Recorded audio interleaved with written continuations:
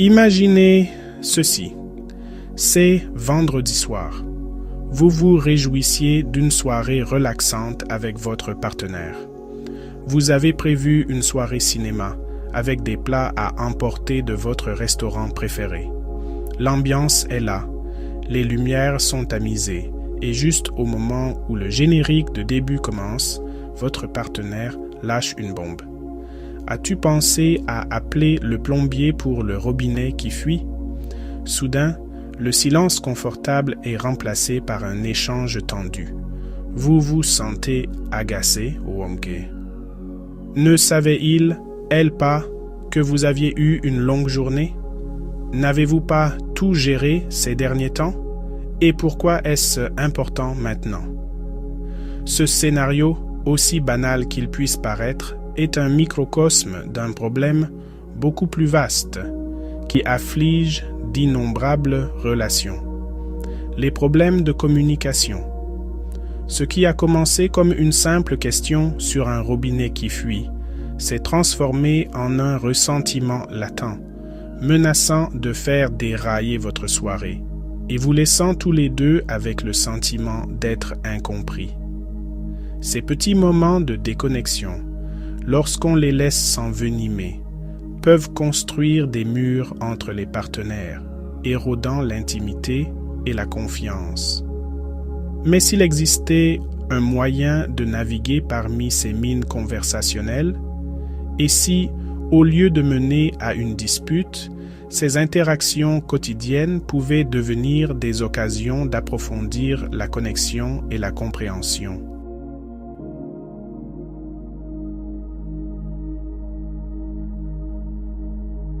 Une communication efficace est la pierre angulaire de toute relation réussie, qu'elle soit amoureuse ou autre. C'est le pont qui nous permet de comprendre les besoins, les désirs et les craintes de chacun. Lorsque ce pont s'effondre, les conséquences peuvent être dévastatrices. Une mauvaise communication peut entraîner des disputes constantes, du ressentiment, un sentiment de ne pas être entendu et, en fin de compte, une rupture de la relation elle-même. Pensez-y. Combien de fois vous êtes-vous senti frustré ou incompris après une conversation avec votre partenaire? Combien de fois des mots non dits ou des actions mal interprétées ont-ils créé des tensions et une distance inutile? En vérité, nous sous-estimons souvent le pouvoir de nos paroles et l'impact qu'elles ont sur nos proches. Nous pourrions supposer que nos partenaires devraient simplement savoir ce que nous pensons ou ressentons, mais la réalité est beaucoup plus complexe. Chaque individu apporte ses propres expériences, ses propres styles de communication et son propre bagage émotionnel à une relation. S'attendre à une compréhension parfaite sans communication claire et ouverte, c'est comme essayer de naviguer dans un labyrinthe les yeux bandés, frustrant, déroutant et, en fin de compte, impossible.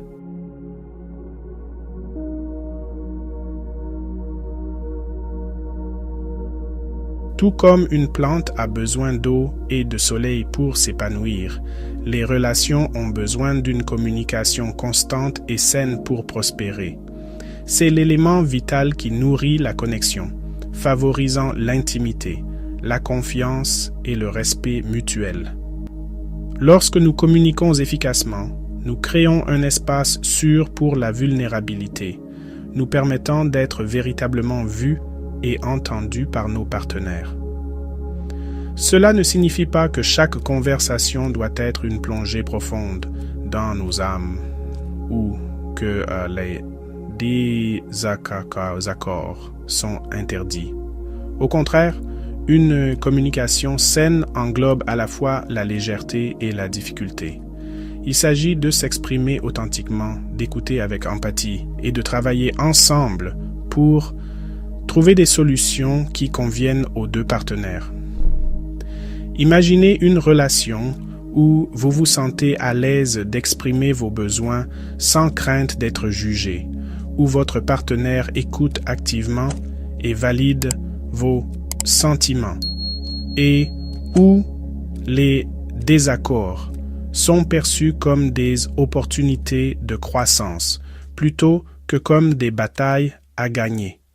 C'est le pouvoir transformateur d'une communication efficace.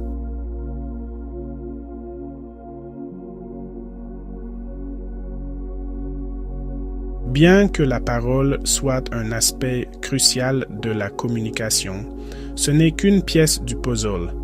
Nos indices non verbaux, notre langage corporel, le ton de notre voix et même nos silences en disent long. Apprendre à interpréter et à répondre à ces signaux subtils peut considérablement améliorer notre compréhension de nos partenaires. Pensez-y. Une légère pression sur le bras lors d'une conversation difficile peut exprimer plus d'empathie que 1000 mots. Un sourire chaleureux et un contact visuel sincère peuvent communiquer l'amour et l'appréciation plus efficacement que n'importe quel grand geste. Et parfois, simplement être présent et écouter sans interrompre est la forme de communication la plus puissante qui soit. Maîtriser la communication relationnelle est un voyage continu, pas une destination. Il s'agit de prendre conscience de nos propres schémas de communication, de comprendre les besoins de notre partenaire et de s'efforcer continuellement de créer un espace de dialogue, ouvert, honnête et compatissant. Dans les sections suivantes, nous approfondirons les pièges courants de la communication qui nuisent aux relations et explorerons des stratégies pratiques pour transformer ces défis en opportunités de connexion et de croissance.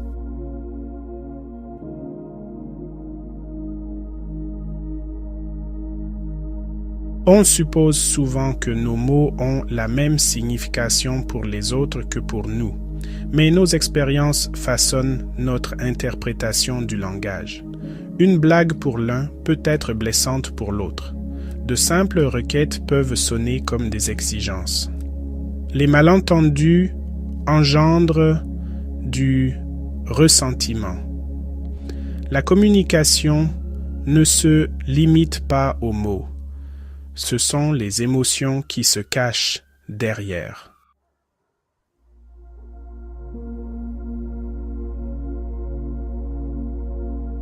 Dans notre monde trépidant, où les distractions abondent et où le multitâche est devenu la norme, écouter vraiment nos partenaires peut sembler être un art perdu. Nous pouvons être physiquement présents lors d'une conversation, mais nos esprits sont ailleurs, attachés à nos téléphones, préoccupés par nos listes de choses à faire, ou tout simplement en train d'attendre notre tour de parole. Ce manque d'écoute active crée une dangereuse déconnexion dans nos relations. Lorsque nous ne nous sentons pas écoutés, nous cessons de partager.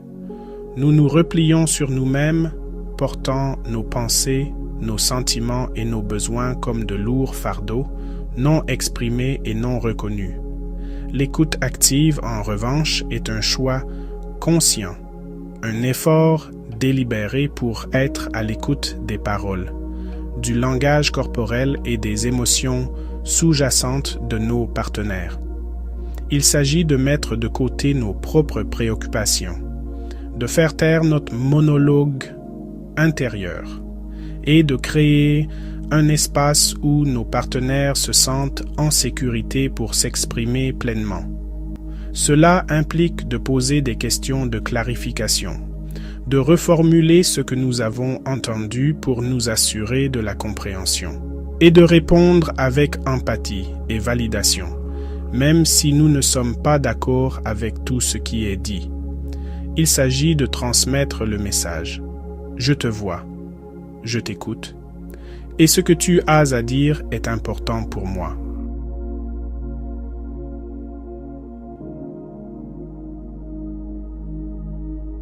Tout comme les murs physiques créent des barrières entre les espaces, les murs émotionnels peuvent nous isoler de nos partenaires, entravant l'intimité et créant un terrain fertile pour le ressentiment.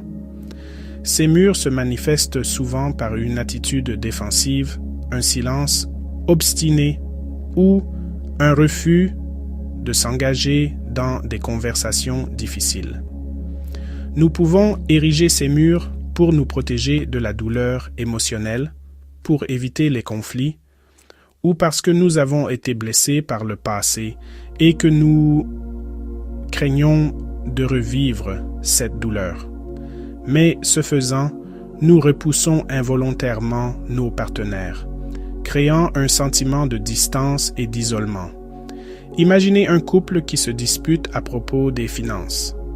Elle exprime son inquiétude concernant leurs habitudes de dépenses. Lui, se sentant attaqué et critiqué, se ferme immédiatement, refusant de poursuivre la discussion. Au lieu de s'attaquer aux problèmes sous-jacents, ils se replient chacun dans leur coin, le mur émotionnel qui les sépare, grandissant à chaque instant de silence. Abattre ces murs exige de la vulnérabilité, du courage et une volonté de confronter nos propres bagages émotionnels. Cela signifie communiquer nos besoins et nos peurs ouvertement et honnêtement, même lorsque cela est inconfortable. Cela signifie créer un espace où les deux partenaires se sentent en sécurité pour s'exprimer sans crainte d'être jugés ou rejetés.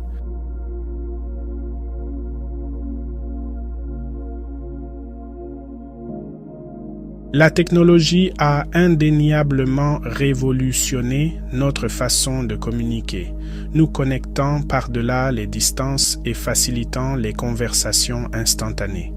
Pourtant, elle a aussi introduit des complexités dans nos relations, brouillant les frontières entre connexion et distraction. Si les SMS, les réseaux sociaux et les appels vidéo peuvent être des outils précieux pour rester en contact, ils peuvent aussi devenir des distractions insidieuses, détournant notre attention du moment présent et des personnes juste en face de nous. Combien de fois nous retrouvons-nous à faire défiler nos téléphones pendant un dîner avec nos partenaires, l'esprit à des kilomètres de la conversation en cours? Ce fossé numérique peut créer un gouffre dans nos relations, laissant nos partenaires se sentir ignorés, sans importance et en manque de notre attention exclusive. Les bips et les notifications constants peuvent interrompre les moments intimes, déplaçant notre attention de la personne que nous aimons vers les exigences du monde virtuel. Apprendre à naviguer dans la technologie avec conscience est crucial pour maintenir une communication saine à l'ère numérique. Cela signifie fixer des limites, créer des zones sans technologie et privilégier les interactions en face à face où nous pouvons vraiment nous connecter avec nos partenaires sans les distractions du monde numérique.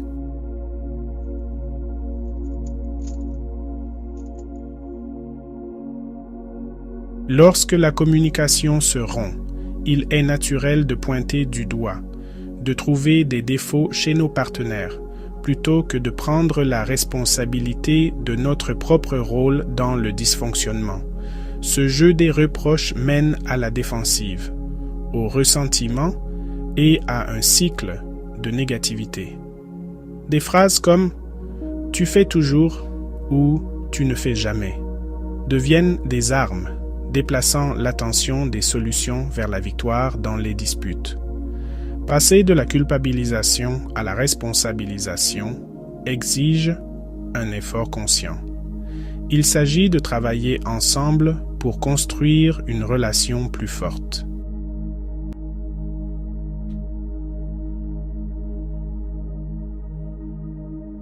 Vous vous souvenez de ces trajets en voiture tendus, après une dispute animée avec vos parents quand vous étiez adolescent, la loi du silence, les portes claquées, le sentiment d'être totalement incompris. Maintenant, imaginez naviguer dans ces eaux émotionnelles agitées sans jamais utiliser le mot « tu ». Ça semble presque impossible, n'est-ce pas? Pourtant, ce subtil changement de langage, passer des déclarations avec « tu » aux déclarations avec « je », peut changer la donne dans les relations adultes. Au lieu de dire « tu n'aides jamais à la maison », on pourrait essayer « je me sens dépassé quand je suis la seule à m'occuper des tâches ménagères ». Vous remarquez la différence? Ce subtil changement de langage peut être incroyablement puissant. Il nous permet de prendre conscience de nos émotions, de communiquer clairement nos besoins et d'inviter nos partenaires à comprendre notre point de vue, sans se sentir attaqués ou blâmés.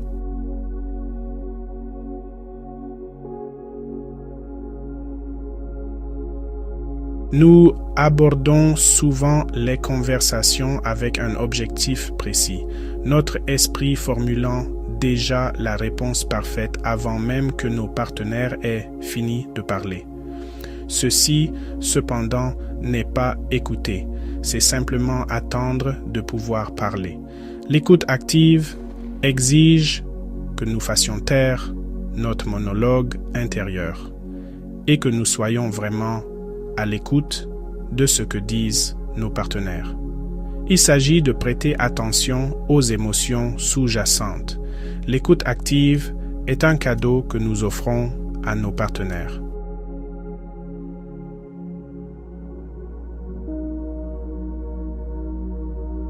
Imaginez ceci. Vous êtes à un dîner et votre partenaire n'arrête pas de regarder son téléphone, les sourcils froncés et les épaules tendues. Vous lui demandez si tout va bien et il répond « Oui, je vais bien », mais son ton est sec et ses yeux évitent les vôtres. Croyez-vous ces paroles ou votre intuition qui vous dit que quelque chose ne va pas? Notre corps, notre posture, nos expressions faciales, le ton de notre voix en dit long. Ces indices non-verbaux sont des indicateurs puissants de notre état émotionnel. Un toucher doux peut transmettre plus d'empathie que 1000 mots. Un sourire chaleureux et un contact visuel authentique peuvent communiquer l'amour et l'appréciation. Le simple fait d'être présent et d'écouter est une communication puissante. Cependant, les signaux non-verbaux peuvent être mal interprétés. Éviter le contact visuel peut être de la timidité et non du désintérêt. Prêtez attention à toute la toile de la communication. Vérifiez auprès de vos partenaires si vous n'êtes pas sûr de leurs signaux non-verbaux.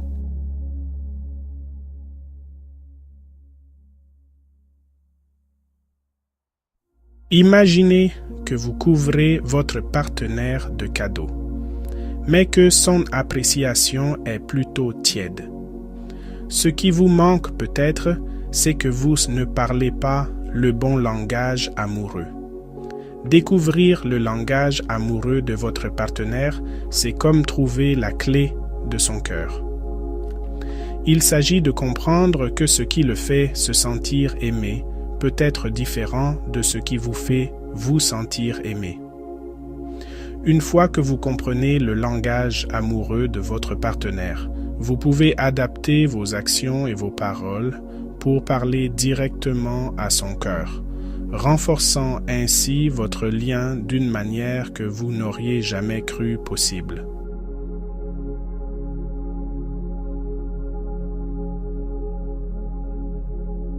Les désaccords sont inévitables dans toute relation. Cependant, lorsqu'ils sont abordés de manière constructive, ils peuvent être des occasions de croissance. La clé réside dans le changement de notre état d'esprit, passant du combat à la collaboration. Au lieu d'aborder les disputes comme des batailles à gagner, considérez-les comme des occasions de comprendre le point de vue de votre partenaire et de trouver un terrain d'entente. En abordant les désaccords avec empathie et un réel désir de comprendre, nous pouvons transformer ces moments en opportunités de croissance et de connexion plus profondes.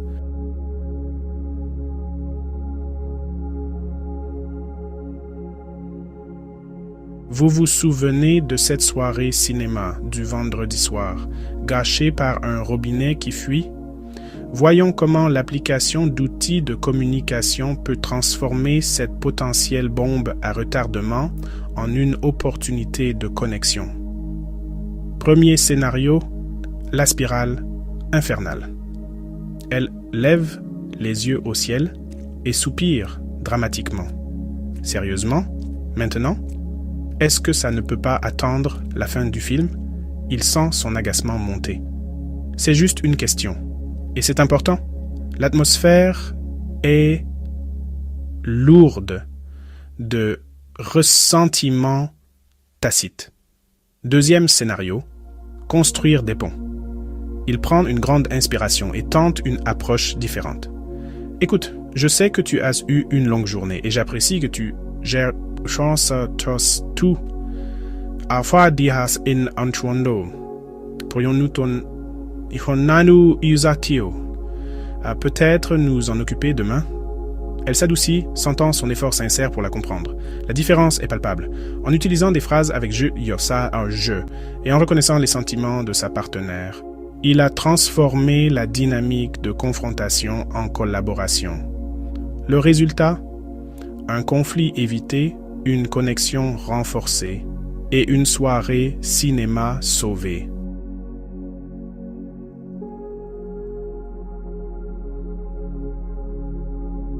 C'est l'anniversaire de Sarah et son partenaire, Marc, est plein d'enthousiasme. Il a planifié la journée parfaite. Une séance de spa luxueuse, un dîner et une soirée au théâtre. Pourtant, Sarah semble étrangement réservée.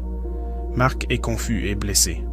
Ne réalise-t-elle pas tous les efforts qu'il a déployés pour qu'elle se sente spéciale? Ce que Marc ne comprend pas, c'est qu'il ne parle pas le bon langage de l'amour. Le langage de l'amour principal de Sarah est les moments de qualité. Maintenant, imaginez un scénario différent. Marc, conscient du langage de l'amour de Sarah, organise une fête d'anniversaire discrète mais significative, remplie de leurs activités préférées. Cette fois, Sarah est radieuse, se sentant comprise, chérie et profondément aimée.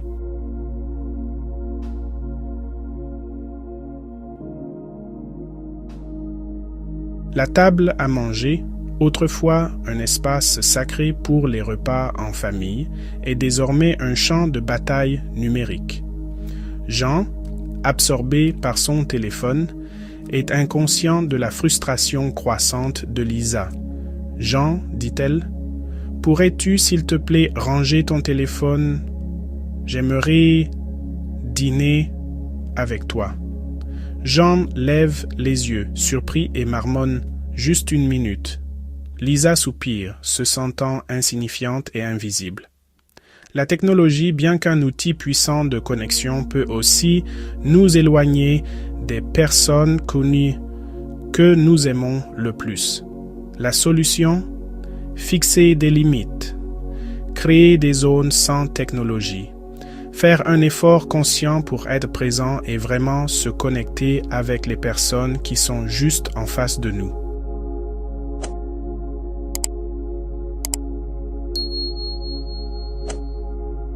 La tension est palpable.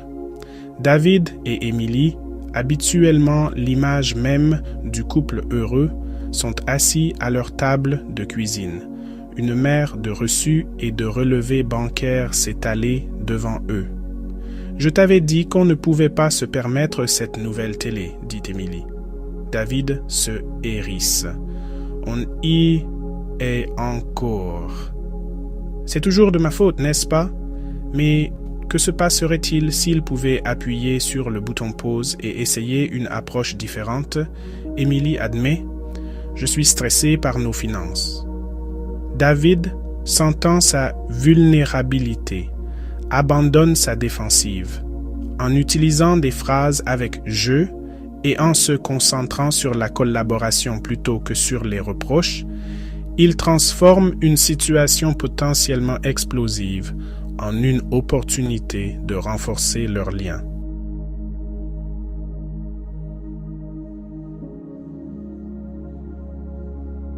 L'aéroport bourdonnait d'activité, mais au milieu de toute cette agitation, un drame silencieux se jouait entre un jeune couple. Ils se tenaient raides, les bras croisés, les yeux fixés sur un point lointain. Elle, le visage empreint de tristesse et d'anxiété, tendit la main vers la sienne. Mais il tressaillit et se retira. La communication non verbale, souvent plus puissante que les mots, peut révéler les vérités inexprimées de nos relations. Apprendre à interpréter ces signaux est essentiel pour construire et maintenir des relations saines et épanouissantes.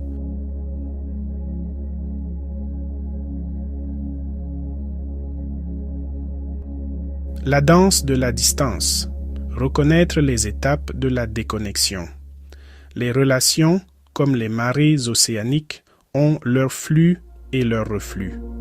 Reconnaître les premiers signes avant-coureurs d'un éloignement émotionnel est crucial pour empêcher les petits malentendus de se transformer en crise majeure. Ignorer les signes avant-coureurs ne les fera pas disparaître. Cela ne fera que les laisser s'envenimer, érodant les fondations de votre lien.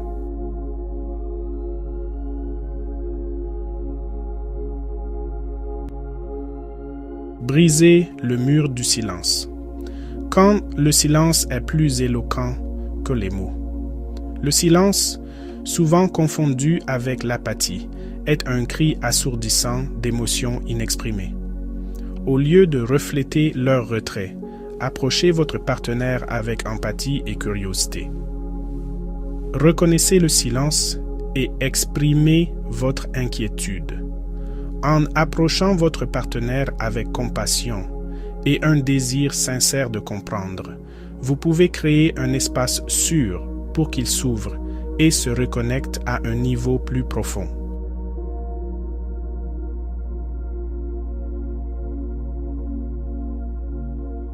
Au-delà du compromis, l'art de la résolution collaborative de problèmes. Les relations amoureuses consistent en deux individus naviguant dans la vie comme une équipe. La résolution collaborative de problèmes implique de passer d'un état d'esprit de moi contre toi à une approche nous, en reconnaissant que les besoins des deux partenaires sont également valables. La clé est d'aborder le problème en équipe, avec l'objectif commun de trouver des solutions qui répondent aux besoins des deux partenaires et améliorent leur bien-être général.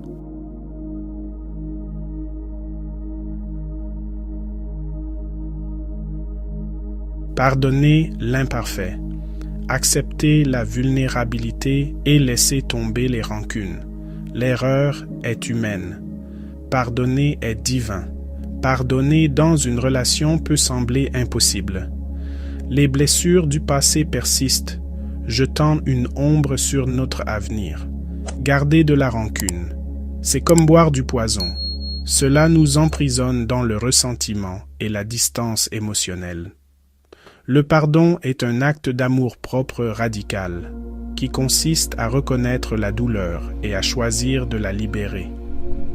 Il ne s'agit pas d'excuser un comportement blessant, mais d'avancer, de créer un espace pour la guérison et la croissance.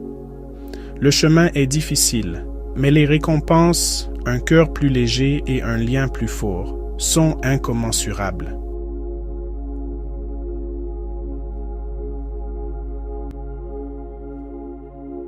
L'effet domino d'une communication saine. Cultiver un amour durable. Imaginez un caillou tombant dans un étang calme. L'impact crée des ondulations qui se propagent vers l'extérieur, touchant chaque partie de la surface de l'eau.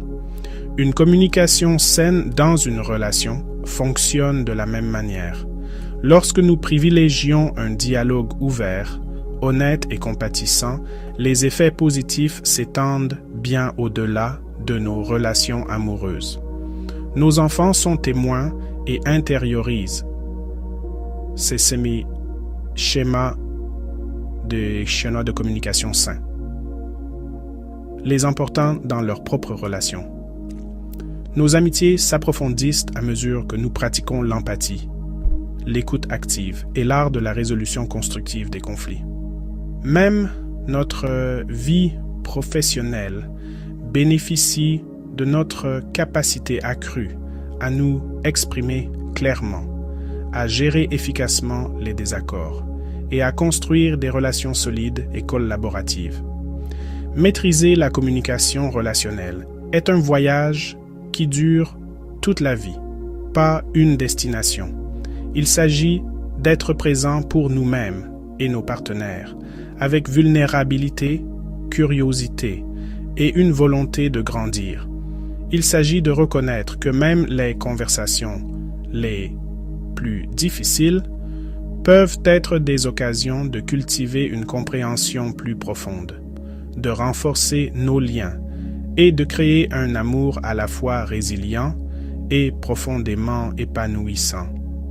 En nourrissant les graines d'une communication saine, nous nourrissons non seulement le jardin de nos propres relations, mais nous contribuons également à un monde plus compatissant, plus connecté et plus aimant.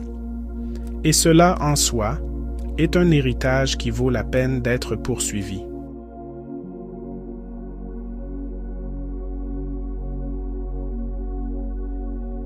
Alors que nous atteignons les dernières pages de cette exploration au cœur de la communication relationnelle, laissons le poids de nos mots nous imprégner. Chaque syllabe que nous prononçons, chaque phrase que nous construisons, porte en elle le pouvoir de construire des ponts ou d'allumer des incendies, de guérir de vieilles blessures ou d'en infliger de nouvelles. Les échos de nos mots résonnent à travers les chambres de nos relations, façonnant le paysage émotionnel que nous habitons avec nos partenaires.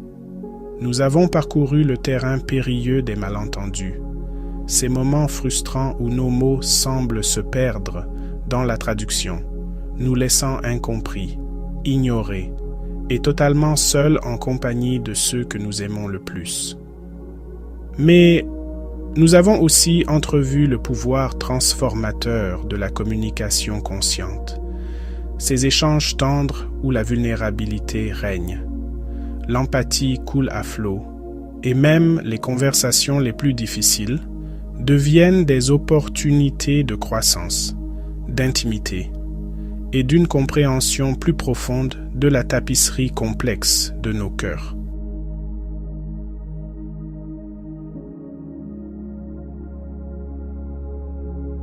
Pensez à la communication comme étant à la fois la boussole et la carte qui nous guident à travers le territoire inexploré de nos relations. La boussole, représentant notre intuition, notre instinct, nous alerte des changements subtils dans le paysage émotionnel, ces indices non verbaux qui murmurent des besoins non satisfaits, des peurs non exprimées et des ressentiments latents. La carte, représentant les outils et les stratégies pratiques que nous avons explorées, nous fournit une feuille de route pour naviguer dans ces conversations difficiles, pour exprimer nos besoins et nos désirs avec clarté et compassion, pour écouter avec un cœur ouvert et une volonté de vraiment comprendre le point de vue de nos partenaires, même lorsqu'ils diffèrent du nôtre. L'amour, comme toute grande aventure, exige à la fois de l'instinct et de la stratégie. Il exige que nous fassions confiance à notre boussole intérieure tout en étant prêts à consulter la carte, à apprendre de nos faux pas et à adapter notre approche alors que nous naviguons sur le terrain en constante évolution de nos relations.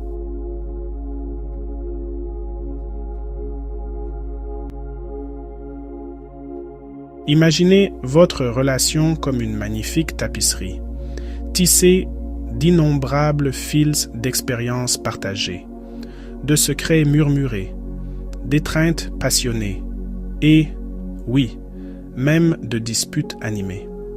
Chaque interaction, aussi insignifiante qu'elle puisse paraître, ajoute une nouvelle teinte, une texture différente au chef-d'œuvre en constante évolution de votre amour. Une communication saine est le métier à tisser sur lequel cette tapisserie est tissée. C'est la danse rythmique du donner et du recevoir, le délicat équilibre entre exprimer nos vérités et écouter avec un cœur ouvert. L'art de tisser ensemble nos fils individuels en un chef-d'œuvre qui célèbre à la fois notre humanité commune et nos différences uniques.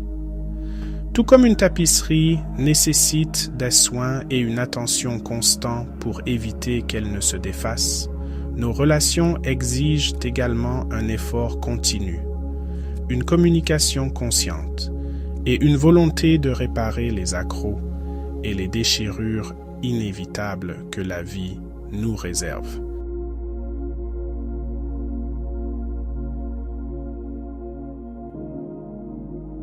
Alors que nous concluons cette exploration du pouvoir transformateur de la communication dans les relations, souvenons-nous que les mots que nous prononçons, la façon dont nous écoutons et les choix que nous faisons dans ces moments clés de connexion ont un effet domino, qui s'étend bien au-delà des murs de nos maisons.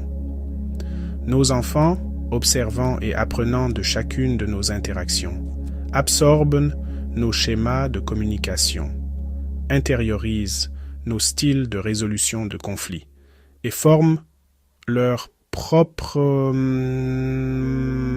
modèle pour des relations saines.